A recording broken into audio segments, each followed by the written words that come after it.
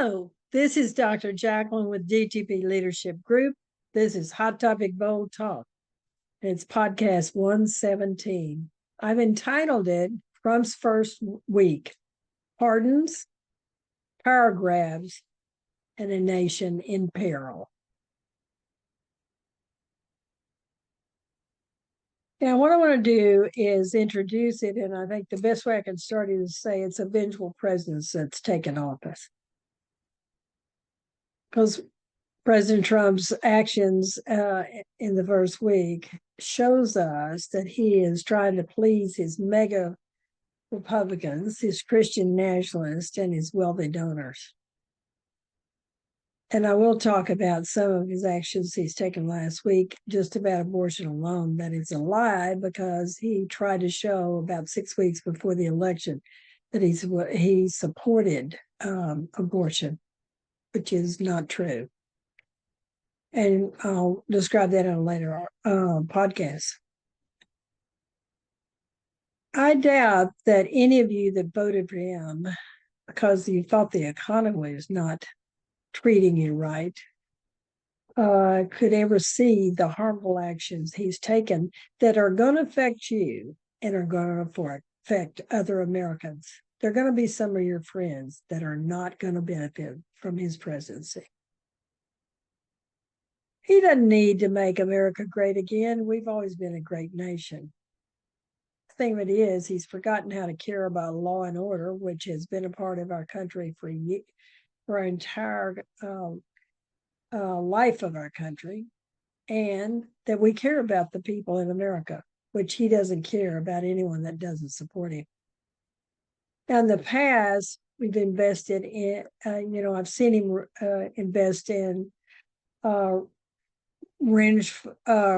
revengeful actions, and he's certainly doing that now as a president. So unfortunately, you voted for Trump, a very vengeful president that's going to take action that I don't think you're going to be proud of or delighted about. Now, state of nation Trump inherited had a strong foundation about it. And so I've gone to the week on January 17th to give an article that was written by Peter Baker from the New York Times, which talks about the successes Trump has inherited that he keeps denying. There are no U.S. troops fighting in wars abroad that he's taking.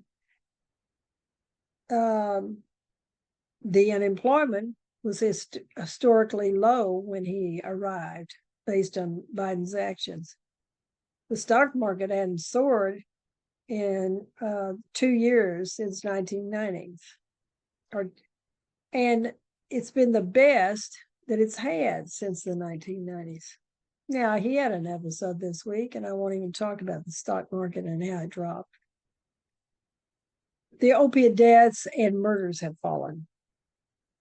We defeated COVID, and our domestic energy production and manufacturing has expanded, and the wage earnings have risen.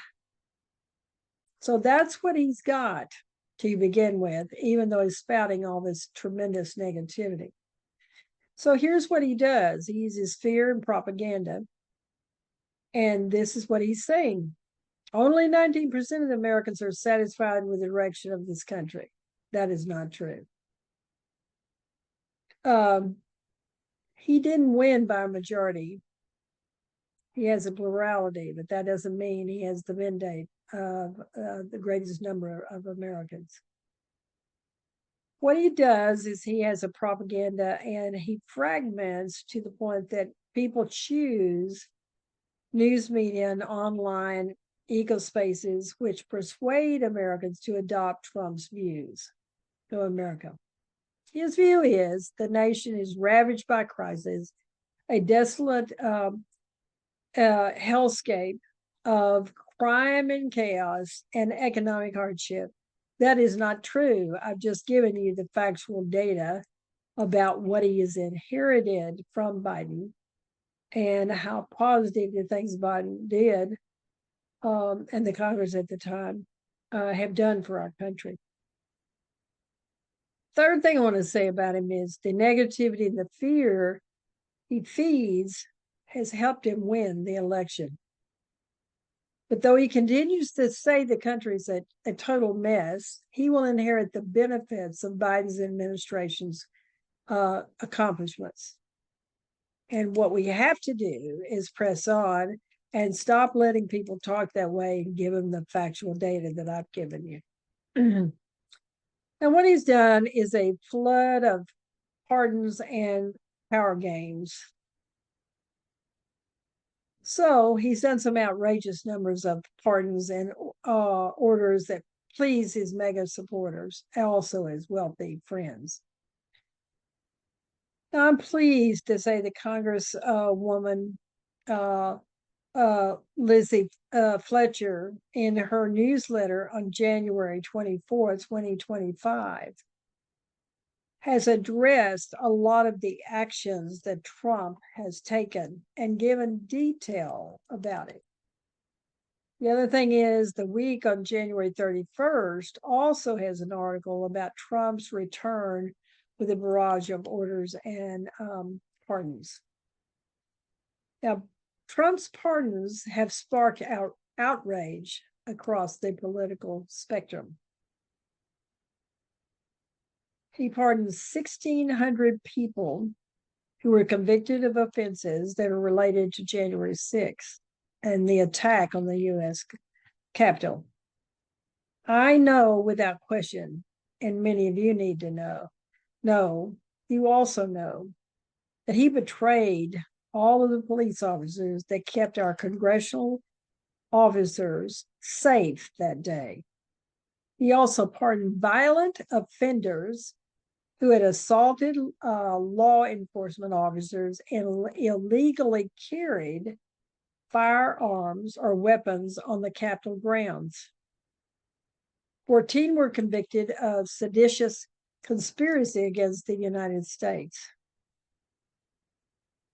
Now, Congresswoman Fletcher says the following: those outrageous pardons are an insult to the rule of law and the law of enforcement, including the Capitol Police officers, the Metropolitan Police, and those who have defended our democracy. The police departments and the pardoning of violent criminals is going to create a real difficult situation for our police officers. What Trump is basically saying by his actions is if you support him, he'll protect you. The rest of us are at risk. Now, the Week also, through the Philadelphia Inquirer, states and supports Fletcher's comments. In the Philadelphia Inquirer, there's a statement: he erred badly in his inexcusable January 6 pardons for those convicted of bludgeoning, criminal spraying, and electroshocking police that day. They will prove a stain on Trump's legacy. Please know that Trump and Vice President Vance said previously that they would not pardon violent offenders. So they've lied again. Aaron Black from the Washington Post says, many GOP lawmakers oppose pardoning violent offenders who injured more than 140 police officers, as did three-quarters of Americans do not support these pardons. Nor Rotman with the National Review, which I think is an outstanding magazine. It's the Reagan Republicans that have stuck to their principles, and they haven't backed down. Their comment is, this is a recipe for political violence. All you that voted for Trump, that are so fearful of violence. You just put Trump in office and he pardoned violent offenders. So live with that. Number two that I want to mention is Trump is attempting to get rid of the birthright citizenship. Now, there are 22 states and now a federal judge that was appointed by Reagan it said blatantly, this is unconstitutional. And so he stopped it for now. But the 14th Amendment of the Constitution, which was ratified in 1868, has made it very clear that if a person is born in the U.S., they are U.S. citizens. I don't think Trump really understands the Constitution, and I don't think he understands a lot about the presidency, even though it was there for 4 years. Because he has no idea, or does he care, what would happen to millions of children that have been born in America. And their parents are probably not citizens, but they have been here their entire lives. Thank goodness for judges and states and legal professionals that are taking action against this. And I think we're going to see a lot of that. This is going to be tied up in the courts for a long time.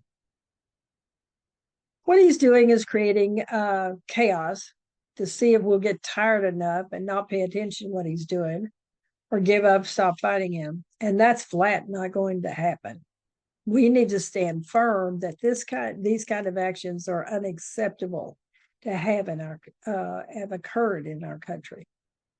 The third thing he's done is declared a national emergency at the southern border and ordered changes to immigration policies and procedures. Now I'm not objectionable to the deportation of immigrants who have criminal records. But it's ridiculous. I live in Texas. It is ridiculous to have the southern border as a national emergency. Not only that, Trump has suspended the U.S.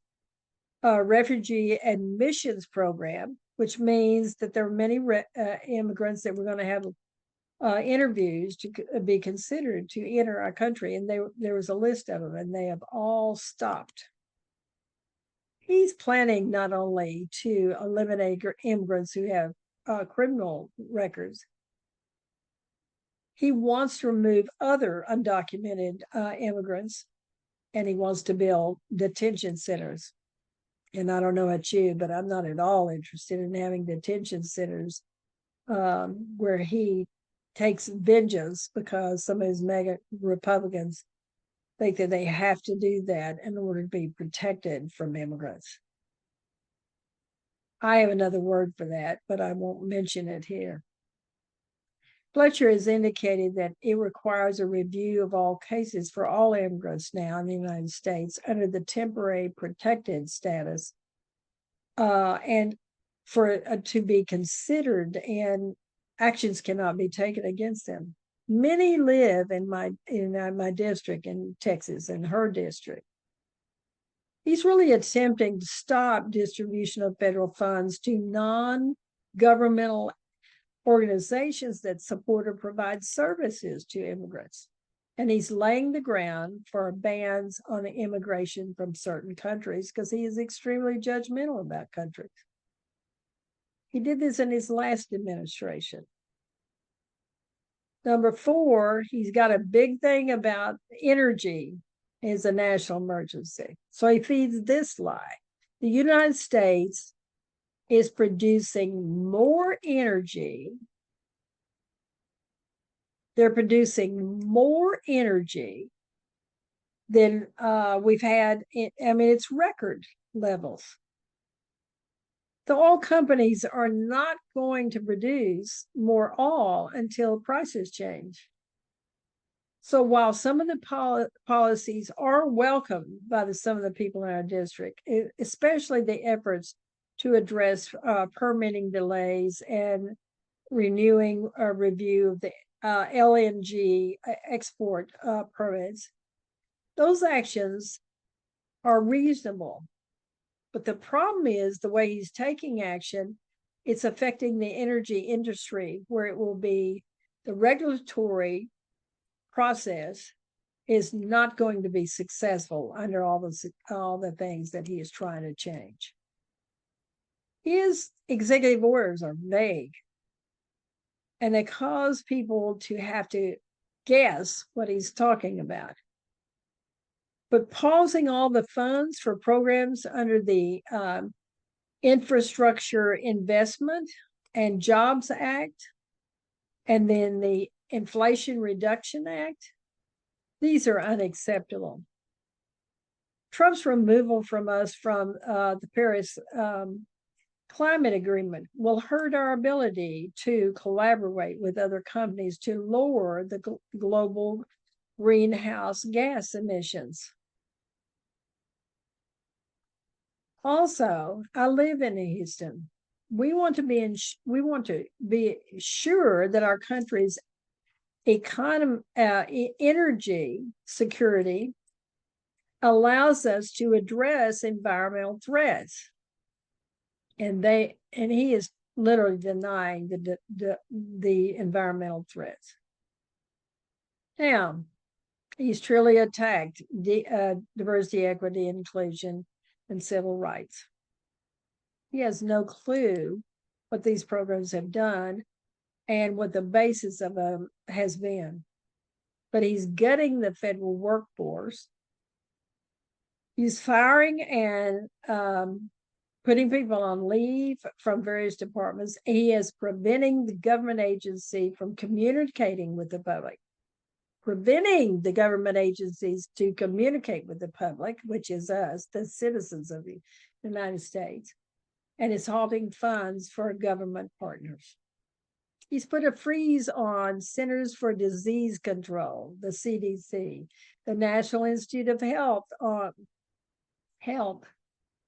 the NIG, research, grant reviews, and travel, and removed us from the World Health Organization, WHO. We would have been a terrible failure with COVID if we had not had world access to all these organizations. And thank God Biden did become the president, or we'd have had a lot more deaths with COVID if Trump had been in office. Now, Jonathan B. Last from the Bulwark in the Week magazine on January 31st, he says the following, and he predicts this. Trump is clearly gearing up to subrogate the other renaming power centers in American life.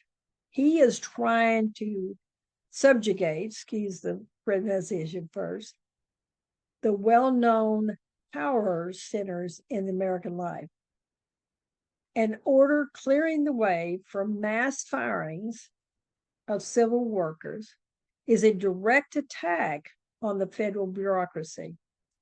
The ending, or even the attempt of ending birthright citizenship, is a challenge meant, I think, to test the Supreme Court to see what they'll do. Now, he's packed them, but there are certain things that I noticed the Supreme Court will not tolerate. The January 6th pardons are a green light for paramilitary commitments toward violence, and that he can use for his own interest.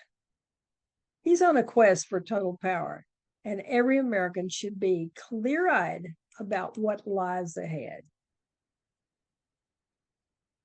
Now, I want to talk about something, because the day he was inaugurated was Martin Luther King Day.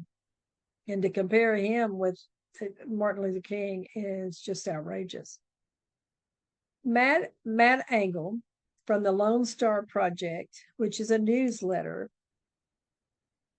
he had his newsletter that day entitled "A Man of God and I'll just say GD disgrace." So I'll use that term, but I'm certain you know what I'm talking about.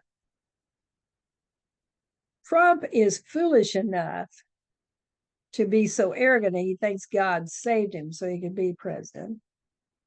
I know from his background and all the behaviors exhibited that he is literally stepping into his emotional insanity to justify his actions.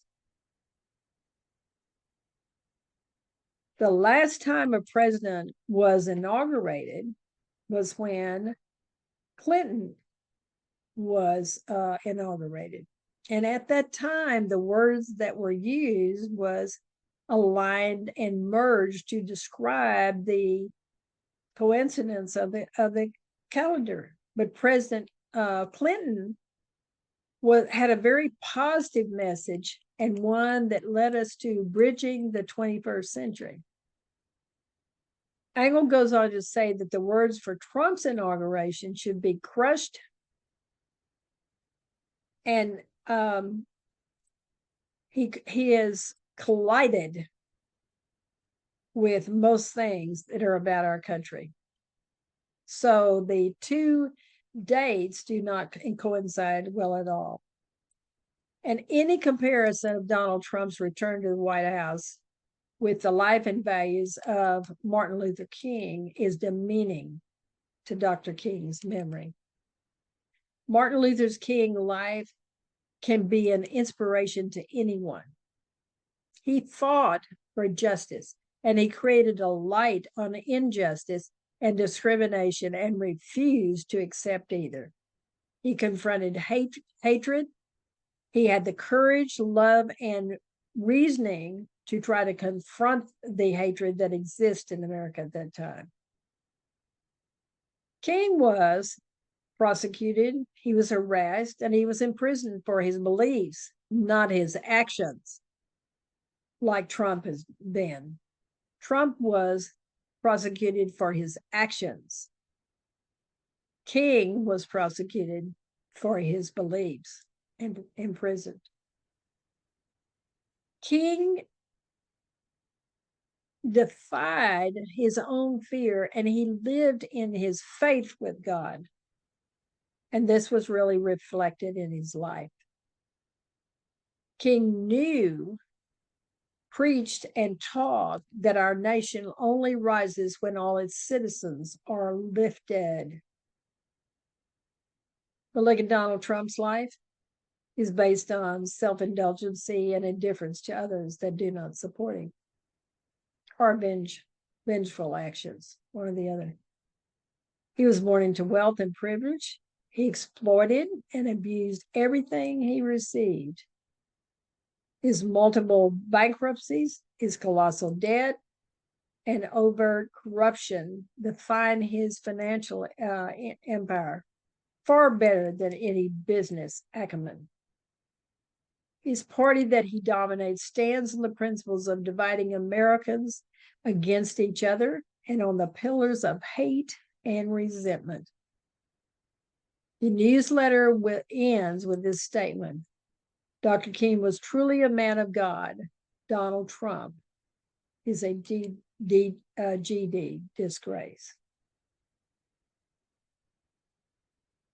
Now, Olivia of Troy, which is a false name, is a former Trump official who exposed the chaos that Trump creates. She has been writing about the risk and actions that anyone took in voting him back into power. Her newsletter, The Chaos Presidency, A Warning Ignored, on January 23rd, she provides a very clear message that Trump's return to power and even his fierce critics will find it surprising what his actions are going to be, and we are surprised. Many people are. She says Trump is an easy read. He tells you exactly what he's going to do. Then he lies about the rest to get influence and to get elected. The tragedy is that people don't listen to him. They make excuses about what he's doing, and they continue to hope that maybe he's not as bad as how he sounds at his campaign meetings. Now, those of you that voted for Trump, welcome to his world. It's going to be chaotic for 4 years. Olivia describes his priorities, which are revenge, immigration overhaul, and a draconian dismantling of the federal government. It's truly chilling what is happening now. His pardon of the January 6th criminals, his termination of civil service details for his former national security advisor, John Bolton, and Mike Pompeo, and others, has been a really serious action for them. You already know what he's done because I've written about it with the blue state of California. Trump's newest pals, Olivia says, are the tech billionaires who had a front row seat to his inauguration. They're pushing for privatization and deregulation, undermining government function in favor of their own interest.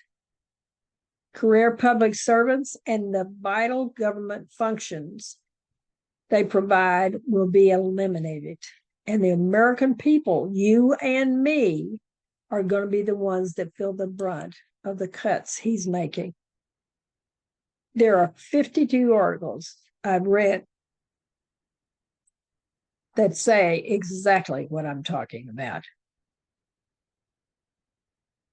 Trump's actions and some of the really compelling news. The Washington Post, in a newsletter called The Prop, that's been created by and is written by Max Boot, a columnist for them, is a way for us for them to have a discussion with other journalists. That's what he's doing. So Boot has joining him Philip Bump and Jason Willick. And Boot says, I'll find note that breaking a campaign promise, Trump did not actually end the Ukraine war in 24 hours.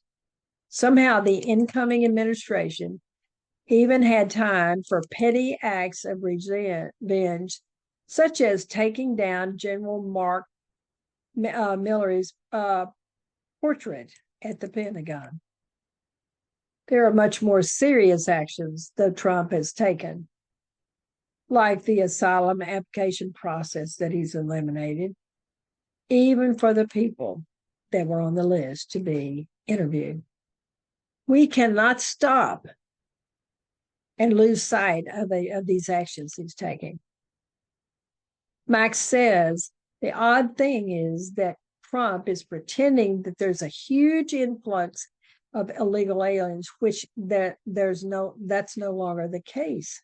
It hasn't been, because Biden made some major changes in the immigration policies. The tragedy is Trump is taking the easiest crisis to solve that doesn't even exist. There is no issue with immigration. There are questions of the kind of leverage that he will have on Kremlin, and what will he do to get Putin to negotiate.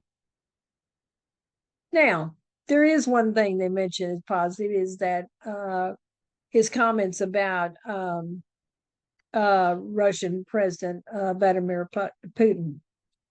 And it's rare that he does anything like this. But he said, Putin has lost too many soldiers to keep the war going on with Ukraine. So Trump's executive orders may be the apex of his political position at the moment. From here on out, though, he is responsible for what happens. And I am certain he's going to be a target of Americans' frustrations. And those of you that thought he was going to improve the economy, I think you're going to be very frustrated. Now, very clear illegal actions of firing the inspector generals and the impact of that, along with civil servants is well documented in Public Citizen, which was done on January 27. And here's what the Public Citizen did. They are an organization that's well supported, and they are literally suing Trump for a number of things. So here's their comments. In the suits they're providing, I'm not going to address here, I'll address it in another podcast. They say inspector generals, IGSs, are independent watchdogs whose job is to root out waste, fraud, and corruption in agency they oversee. Trump fired the person whose job is to prevent waste and fraud at the Defense Department. He's already setting up the Defense Department to be run by people who are inadequate and should never have been considered for the positions they had. And the person in charge of identifying misconduct at the Department of Energy, the Department of Health and Human Services, the Department of Housing and Urban Development, the Department of Interior, the Department of Labor, the Department of State, the Department of Transportation and Environmental Protection Agencies, and many others are the Inspector Generals. Now, Project 25, which Trump kept denying, has a wholesale dismissal of the IGSs, precisely to loosen oversight of misconduct and authoritarian outreach. So that's the reason he's done this. With the absolutely certain effect of enabling corporate contractors to rip off the government more severely, because there's no one to watch the fraud. In a ironic contrast to what they claim that they want to do with the Department of Government Efficiency being run by Elon Musk, they say that they want to fight fraud and increase government efficiency, yet they have eliminated all the people that do that. Not only that, there's plenty of information out now about how Elon Musk has eliminated his friend, and he's going to be running the department himself. And there's a clear message about how his friend did not want to follow through with some of the agreements that Musk has with Trump. So Trump's firing of the IGS is very illegal, and that's what the public citizen is talking about. The president must give Congress 30 days notice before firing Senate confirmed IGSs. The Washington Post by Philip Bum on the gutting of the American institution has led to Trump gutting America itself. It gives great detail about the illegal actions and more about other civil servants. So I want to conclude this podcast and say to you, he is not here to unite or strengthen America. He is here to settle scores. By prioritizing vengeance and rewarding those who undermine democracy, he's setting a dangerous precedent. As citizens, you and I need to stay informed, speak out, and demand accountability. The future of our democracy depends on it. And so that is yours and my responsibility. And I want to end with some statements by the Attorney General, the 82nd Attorney General, but also a quote about Dr. King. Dr. King's quote is, "The arch of a moral universe is long but bends toward justice." The arch of moral universe is long but bends toward justice. There is no moral universe when it comes to Trump. It's about him. Eric H. Holder Jr. has been the 82nd Attorney General of the United States. And he said something that's very important. He's head of the National Democratic Redistricting Committee. And he says, if we stand together, if we walk together, if we believe as we always have in the power of ideals and the potential of a shared community, if we recognize and use our citizen power, not only will our cause overcome, but our country shall be made better. I think this committee is outstanding, and it's one that I support financially in many other ways. They are the ones that fight the Republican gerrymandering, and we need to support their actions since we now have Trump as the president of the United States. Thank you for listening.